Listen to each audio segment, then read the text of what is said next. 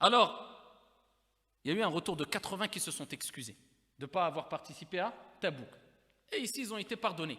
Mais il y a 3, et vous connaissez cette fameuse histoire, qui n'ont pas participé. Mais là, le prophète alayhi salam il ne leur a pas excusé aussi facilement. Pourquoi? Il voulait leur donner une leçon et c'était pas n'importe qui. Alors, il y a une différence entre les nouveaux et les gens qui, quelque part, ont trahi leur engagement. Vous ne m'accompagnez pas alors que c'est vous, c'est pas n'importe qui. C'est Ka'b ibn Malik radiyallahu anhu warda. Donc quand une erreur vient d'une personne qui a beaucoup d'expérience et beaucoup d'ancienneté, ça n'a rien à voir avec une personne qui fait une erreur qui est nouveau dans la religion. Ça n'a rien à voir. Il y avait Ka'b ibn Malik, il y avait Ibn Rabi' et Hilal ibn Umayya.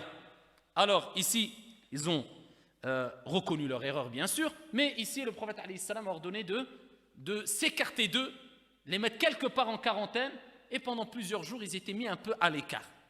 Jusqu'à ce qu'ils n'en pouvaient plus, ils ont eu très mal, et ils ont senti, comme Allah Azza wa Jalla l'a dit, la terre se renfermer sur eux, ça ils n'en pouvaient plus. Et Allah Tabaraka wa Ta'ala, eh bien, leur a pardonné. Et là, le prophète alayhi salam, après cette dernière expédition qui a été Ghazwat Tabouk, en l'an 10 de l'Hégire, le prophète alayhi salam a fait Hajjatul Wada', le pèlerinage d'adieu. Alors, Hajjatul Wada', ça ne veut pas dire qu'il avait fait un autre pèlerinage avant. Combien de pèlerinages a fait le prophète alayhi salam dans sa vie? Un seul pèlerinage, un seul hajj, qu'on appelle Hajjatul Wada'. Et c'était après sa hijra, donc le prophète alayhi salam, après sa hijra, il n'a fait qu'un seul pèlerinage. Alors, il y a eu des milliers de personnes qui ont afflué de partout, et c'est à ce moment-là que le prophète alayhi salam a fait le fameux discours, d'accord? Et il leur a donné plusieurs recommandations en or, et il les rappelait qu'ils étaient des milliers, ils étaient énormes, hein, et ils n'avaient pas les micros et les baffes qu'on a maintenant. Et avec cela, tout le monde, et ça fait partie des miracles prophétiques, tout le monde a entendu de manière limpide et facile le message du prophète alayhi salam, alors qu'il s'est adressé à toute la foule. Et il disait, ici en partie, ô peuple, écoutez-moi attentivement, car je ne sais pas si après cette année-ci, je serai encore parmi vous. Donc écoutez ce que je vous dis avec beaucoup d'attention et apportez ce message à ceux qui ne peuvent être présents aujourd'hui. Et jusqu'aujourd'hui, eh bien, le message nous a été porté et le prophète alayhi salam a donné plein de recommandations. J'abrège parce qu'il est très long le message. Parmi les recommandations, ici il disait, comme vous considérez ce mois, ce jour et cette cité sacrée, ce mois, ce jour, c'était le mois c'était le mois du pèlerinage, Dhul Hijjah, ce mois, ce jour, et cette cité comme étant sacrée, il dit alayhi salatu wassalam, considérez aussi la vie et les biens de chaque musulman comme sacrés. Et c'est pour ça qu'Allah Jalla wa Ala dit وَمَنْ يَقْتُلْ مُؤْمِنًا مُتَعَمِّدًا فَجَزَاؤُهُ جَهَنَّمْ خَالِدًا فِيهَا وَغَضِبَ اللَّهُ عَلَيْهِ وَلَعَنَهُ. Regardez tout ce qu'il dit. Celui qui tue un musulman, alors que de manière générale, tuer l'âme qu'Allah Jalla wa Ala a rendue sacrée, c'est strictement interdit de faire quand on touche des innocents, comme ce qui est fait aujourd'hui beaucoup au nom de l'islam. Mais tuer un musulman, ça c'est pas le prophète qui le dit, c'est Dieu qui le dit dans le Coran. Vous savez que les compagnons ils divergent. Celui qui tue un musulman, certains compagnons ils disent qu'il est éternellement en enfer, il n'est pas pardonné. Ils disent non, ce péché-là il n'est pas pardonné. Khalidan fiha wa ghadiba Allahu alayhi. Regardez tous les détails. Allah se met en colère. Wa la'ana. Tu veux quoi de plus? Allah te maudit. Et il aura un dur châtiment. L'âme, c'est même pas l'âme. L'honneur du musulman, elle est sacrée. Donc, lancer une accusation, une calomnie sur ton frère ou ta sœur, déjà là, tu as bafoué son honneur, tu as fait quelque chose de gravissime. Vous savez que le prophète alayhi salam, il dit celui qui ne parle pas à son frère pendant 1 an, tellement qu'Allah Jalla wa Ala déteste les conflits internes entre musulmans, il ne parle pas à son frère pendant 1 an, c'est comme s'il avait, vous savez pas, c'est comme s'il a versé son sang. Vous imaginez ou quoi? On ne parle pas de ne pas parler, tu n'as pas le droit de dépasser les 3 jours. C'est comme si tu as versé son sang. C'est-à-dire cette relation entre musulmans, elle est très intense. Alors, de toucher à l'honneur, au bien ou à la vie du musulman, le prophète en a mis ici en garde clairement. Et c'est pour ça que le prophète alayhi salam il dit le premier compte sur lequel on rendra des comptes au jour de la résurrection concernant notre relation entre l'individu, c'est safku dima. Safku dima. Wa fi sahih, celui qui a été tué injustement, il viendra au jour de la résurrection, hadith un peu choc on va dire, et il tiendra la tête de celui qui l'a tué. Et ici, alors qu'il y aura le sang qui giclera de sa veine jugulaire, il dira Ya Allah, hadha alladhi qatalani. Ya Allah, c'est lui qui m'a tué. Le sang, c'est pas une mince affaire. Et il a commencé par cela, alayhi salatu wassalam. Et il a rappelé que retournez à leurs légitimes propriétaires les biens qui vous ont été confiés. Ne blessez personne, afin que personne ne puisse vous blesser. Il a mis en garde contre al-riba, contre les intérêts usuraires. Méfiez-vous de Satan pour le salut de votre religion. Ici, il rappelle que les femmes ont des droits sur les hommes aussi. Et il dit, traitez donc bien vos femmes et soyez gentils envers elles, car elles sont vos partenaires. Et ici, il dit au peuple, écoutez-moi bien, adorez Allah, faites vos 5 prières, jeûnez pendant le mois de Ramadan, donnez votre zakat, accomplissez le hajj, et la akhiri. Donc le prophète alayhi salam a donné plusieurs recommandations que vous retrouvez dans le fameux sermon d'adieu du prophète alayhi salam, et c'est dû à cet événement-là aussi qu'Allah Jalla wa Ala a révélé les fameux versets coraniques, ou le fameux verset coranique où Allah Jalla wa Ala dit Al-yawma akmaltu lakum dinakum wa atmamtu alaykum ni'mati wa raditu lakum al-islam dina. Aujourd'hui, j'ai parachevé pour vous votre religion et accompli sur vous mon bienfait, et j'agrée l'islam comme religion pour vous, alayhi afdalus salati wa askat taslim, allant 10 de l'hégire et décédé. Alors sa mort ici a duré à peu près 13 à 14 jours, et elle a été très intense, jusqu'à ce que le prophète alayhi salatu wassalam a rappelé à Aïcha radiyallahu anha wardaha qu'il ne cessait de souffrir à cause d'un empoisonnement, une chose qui lui avait été fait manger lors de Khaybar. Et c'était une femme qui lui avait fait manger cette nourriture, et le prophète alayhi salam a su, à travers un miracle, la viande a parlé, et le prophète alayhi salam a dit arrêtez-vous. La viande a parlé en disant qu'elle était empoisonnée, mais le prophète avait mangé. Et après cela, fait sahih, le prophète alayhi salam a relâché cette femme-là qui l'a empoisonnée, alayhi salatu wassalam.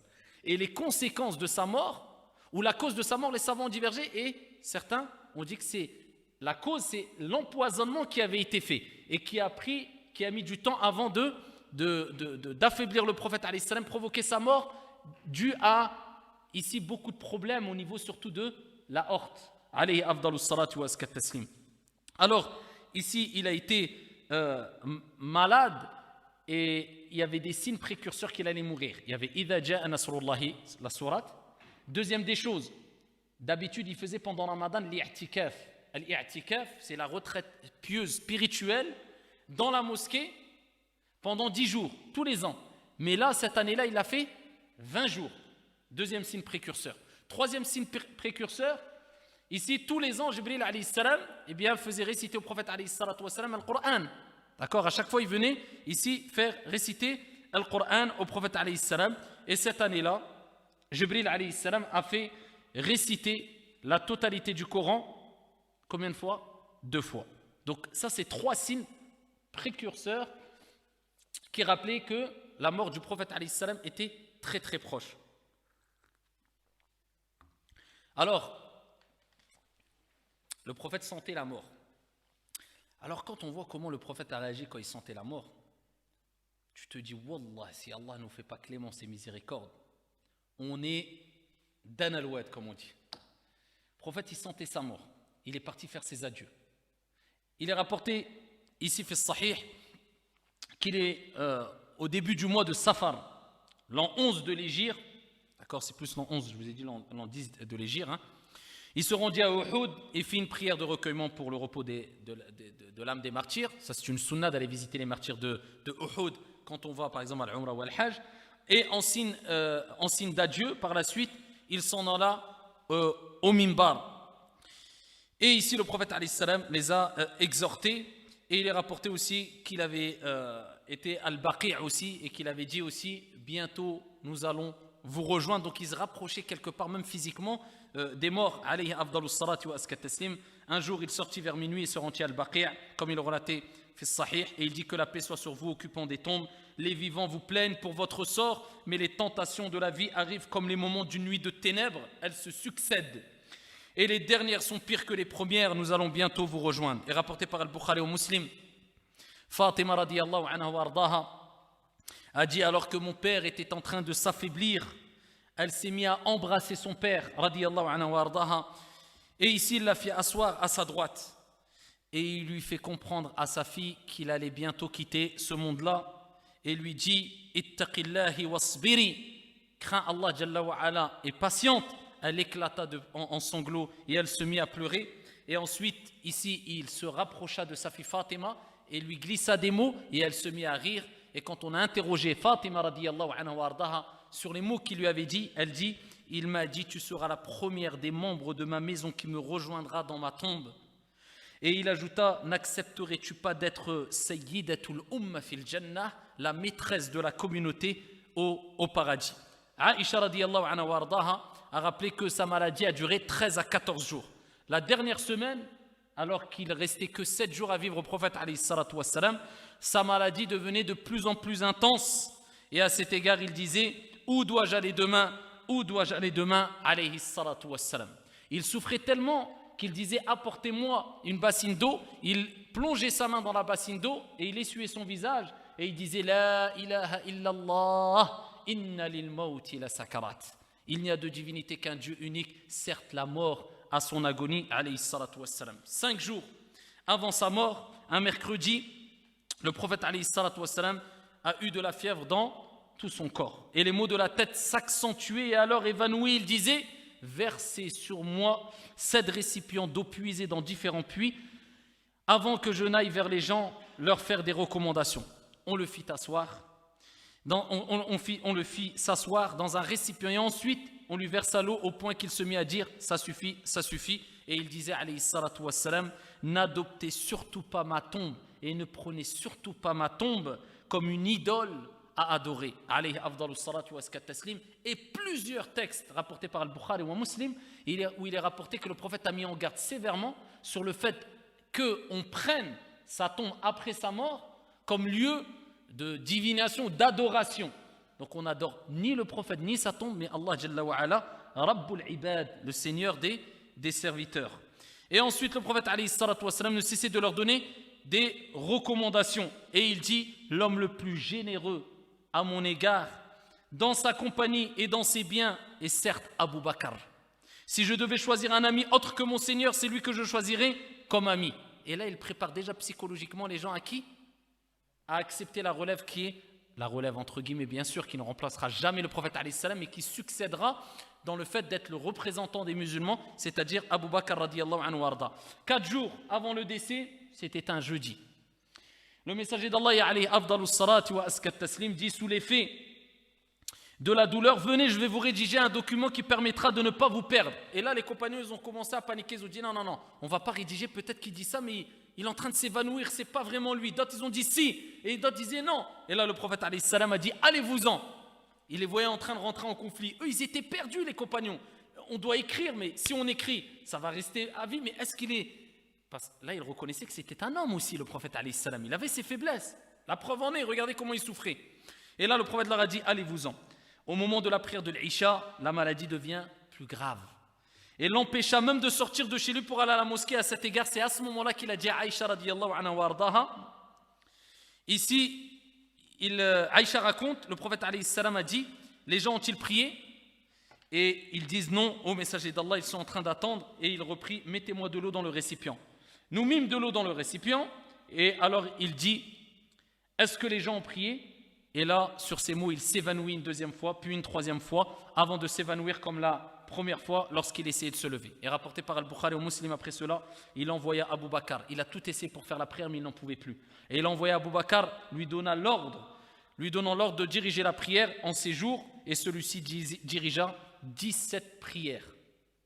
Ce qu'il n'avait jamais fait du vivant du prophète alayhi salatu wassalam, et c'est de là que Al-Fuqaha et Al-Jumhur, la majorité dont Al-Malikiya, considère que celui qui mérite le plus de présider la prière, ce n'est pas celui qui connaît le plus le Coran, mais c'est celui qui est le plus savant. La preuve en est, parmi les preuves, c'est ce récit-là, parce qu'à leur époque, il y avait Ubay ibn Ka'b qui était le plus versé dans la science du Coran et l'apprentissage, mais il a fait devancer Abu Bakr radiyallahu anhu warda. Et donc, ce qu'il n'avait jamais fait du vivant du prophète alayhi salatu wassalam, la prière d'Al-Isha du jeudi, la prière du Fajr du lundi et 15 autres prières entre les 2 jours en question. Aïcha consulta 3 ou 4 fois le prophète alayhi salatu wassalam, en demandant de retirer l'imama de Abu Bakr. Elle avait peur pour Abu Bakr, elle savait que c'est... Là, tu ne vas pas remplacer n'importe qui. Comment tu veux... La barre, elle est trop haute. Tu vas être remplacé, entre guillemets, dans la prière. Le prophète Mohammed alayhi salam, c'est sa fille. Donc, quelque part, elle voulait mettre... Quelque part aussi, certains savants disent à l'abri Abu Bakr en disant peut-être qu'il ne va pas assumer cela. Et le prophète alayhi salam a rappelé avec fermeté que c'est Abu Bakr qui doit présider la prière. Et 1 ou 2 jours avant le décès, le samedi ou le dimanche, comme il est relaté dans Sahih al-Bukhari ou Muslim fi Sahihayn, le prophète alayhi salatu wassalam, 1 ou 2 jours, se sentit un peu mieux. Et escorté par 2 hommes sortis pour effectuer la prière de Dhuhr, c'était Abu Bakr qui dirigeait la prière. Le voyant venir, celui-ci se mit à replier, mais il lui fait un signe lui ordonnant de ne pas reculer. Après quoi il dit « Installez-moi à côté de lui ». Alayhi afdalu salati wa askat taslim. Et 1 jour avant qu'il décède, le dimanche, le jour avant le décès, le messager d'Allah alayhi salatu wassalam, eh bien, a franchi des personnes et il fit une aumône de 6 ou 7 dinars qu'il avait avec lui et donna ici tout ce qui lui est resté aux musulmans parmi ses armes, etc. Le dernier jour, selon Anas ibn Malik, les musulmans, alors qu'ils accomplissaient la prière du Fajr, du lundi, et ils étaient tous déboussolés et choqués de ce qui leur arrivait, la prière était dirigée par Abu Bakr et ils furent surpris de voir le prophète alayhi salam lever as-sitar, le voile. Parce que le prophète alayhi salam, sa maison était collée à la mosquée. Ça veut dire où il dormait, où il vivait avec Aïcha radiyallahu anha warda, il n'y avait qu'un voile qui séparait. Il séparait le voile et il était à la mosquée. Il a soulevé le voile alors que les compagnons commençaient à ranger les rangs. Il voit, il les regarde, il sourit, alayhi salam. Ils se sentent tous bien en espérant que ça y est, le prophète alayhi salam, eh bien ici, allait mieux. Et Abu Bakr se ravisa et voulut regagner les rangs, alors que le messager d'Allah alayhi salatu wassalam devait prendre part. Et les musulmans, à en croire Anas, furent alors remplis de joie. Toutefois, par un signe de main, le messager d'Allah alayhi salatu wassalam leur ordonna de continuer la prière. Et ensuite, restant dans la chambre, il lâcha le voile de séparation. Après cette prière, le prophète alayhi salatu wassalam ne vécut pas jusqu'à une autre prière. Et ici, peu après le milieu de la journée, eh bien, c'est à ce moment précis qu'il a appelé Fatima, juste quelques heures avant de mourir, ou quelques minutes avant de mourir, c'est là où il lui a mentionné les 2 choses. Première des choses, je vais mourir. Deuxième des choses, tu seras la maîtresse de la Ummah au paradis et tu seras la première de la famille à me rejoindre dans la tombe. Et c'est à ce moment-là qu'elle disait, Fatima radiyallahu anha warda, quand elle voyait que le prophète alayhi salam commence à souffrir de plus en plus, et il disait la ilaha illallah, inna lil mawti la sakarat, elle disait je plains mon père, ya abata. Elle avait énormément mal pour son père alayhi salatu wassalam. Et là le prophète se tourne vers Fatima radiyallahu anha wardaha et il disait ya Fatima, ton père n'aura plus de chagrin à partir de ce jour. Et ici, Aïcha radiyallahu anha wardaha, elle dit je ne cesse de sentir l'effet du mets que j'avais consommé. Aïcha a rapporté que le prophète disait je ne cesse de sentir l'effet du mets que j'avais consommé à Khaybar, la nourriture empoisonnée, et je sens à présent mon artère ici se rompre à cause de ce poison. Et ces dernières paroles et ces dernières recommandations ici étaient la prière.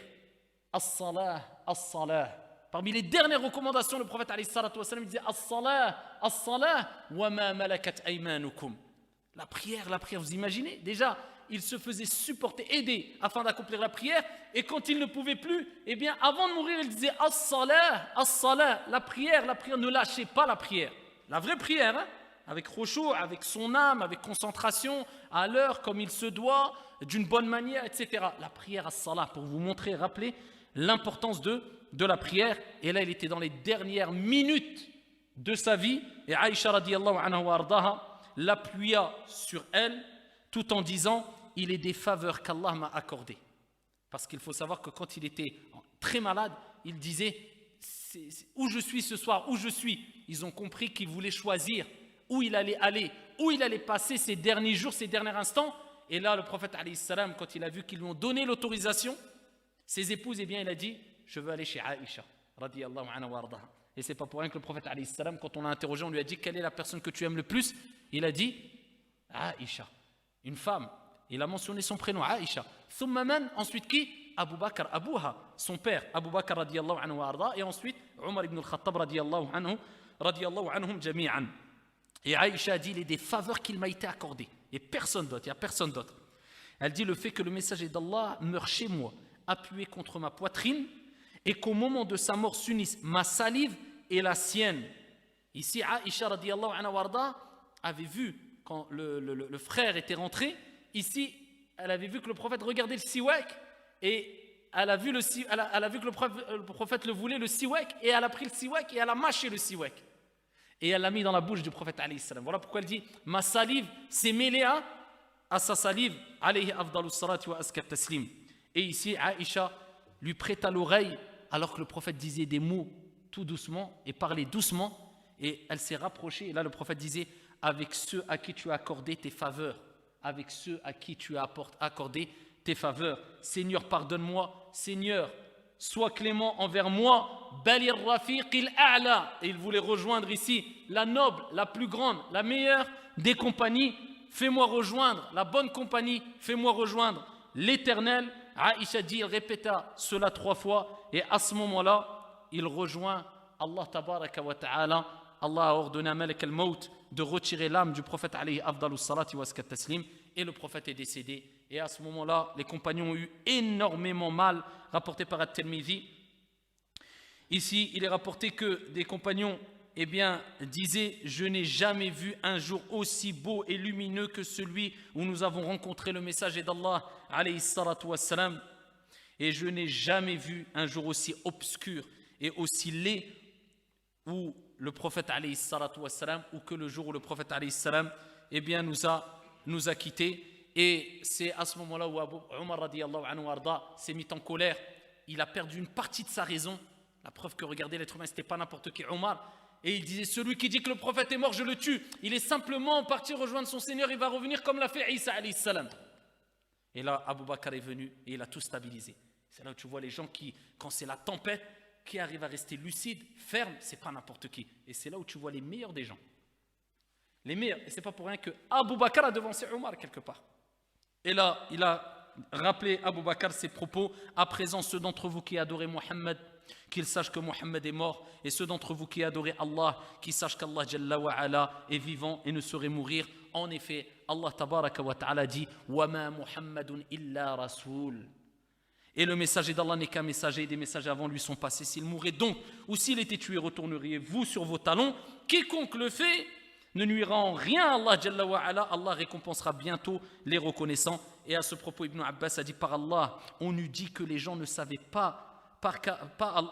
ne savaient la révélation, n'avaient compris la révélation de ce verset coranique que lorsque Abu Bakr vraiment l'avait récité, ainsi comme Omar radiyallahu anhu wa arda l'avait rappelé. Ils ont vraiment compris le sens et saisi le sens ici de ces versets qui ont été révélés, et ils ont lavé le prophète alayhi salam, et ils ont divergé, ils l'ont lavé tout habillé. Et c'était plusieurs hommes qui l'ont lavé, plusieurs compagnons radiyallahu anhum wa ardahum qui l'ont lavé. Et parmi eux, il y avait ici Oussama ibn Zayd et Al-Abbas et d'autres. Et ils ont divergé où on va l'enterrer. Et ils ont dit, le prophète nous a enseigné que les prophètes étaient enterrés dans l'endroit où ils décédaient. Et donc il est décédé où? Dans la maison de Aïcha. Et voilà pourquoi il a été enterré dans la maison de Aïcha. Où a été enterré Abu Bakr et où a été enterré Omar ibn al-Khattab, l'un à côté de l'autre. Et voilà pourquoi que quand on passe devant la tombe du prophète alayhi salam, eh bien on salue Assalamu alayka ya Rasulallah, Assalamu alayka ya Abu Bakr, Assalamu alayka ya Omar, alayhi afdalus salati wa askat taslim. Et ainsi s'achève le résumé du résumé, si on veut. C'est vraiment le résumé du résumé de la vie du prophète alayhi salatu wa salam. Wallahu ta'ala a'la wa a'lam wa ahkam. Walhamdulillahi rabbil alamin.